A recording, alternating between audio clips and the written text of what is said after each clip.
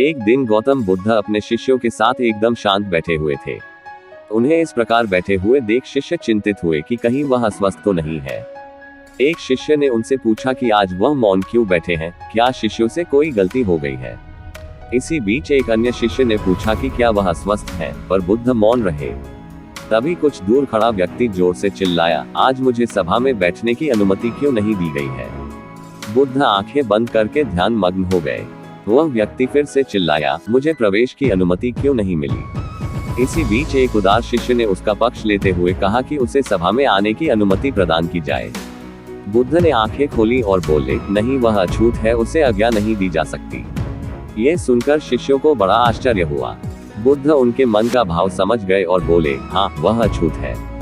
इस पर कई शिष्य बोले, हमारे आश्रम में जात पात का कोई भेद ही नहीं, फिर वह अछूत कैसे हो गया। तब बुद्ध ने समझाया, आज वह क्रोधित होकर आया है। क्रोध से जीवन की एकाग्रता भंग होती है।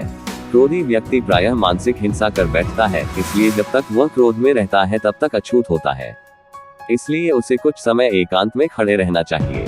क्रोधित शिष्य भी बुद्ध की बातें सुन रहा था। पश्चाताप की अग्नि में तपकर वह समझ चुका था कि अहिंसा ही मनुष्य का महान कर्तव्य व परम धर्म है। वह बुद्ध के चरणों में गिर पड़ा और कभी क्रोध न करने का प्रण लिया। शिक्षा। आशय यह है कि क्रोध के कारण व्यक्ति अनर्थ कर बैठता है और पश्चाताप उसे बाद में होता है, जिसका कोई लाभ नहीं मिलता, इसलिए हमें क्रोध नहीं करना चाहिए। असल मायने में क्रोधित व्यक्ति अछूत हो जाता है और उसे अकेला छोड़ देना चाहिए। क्रोध करने से तन, मन और धन तीनों की हानि होती है।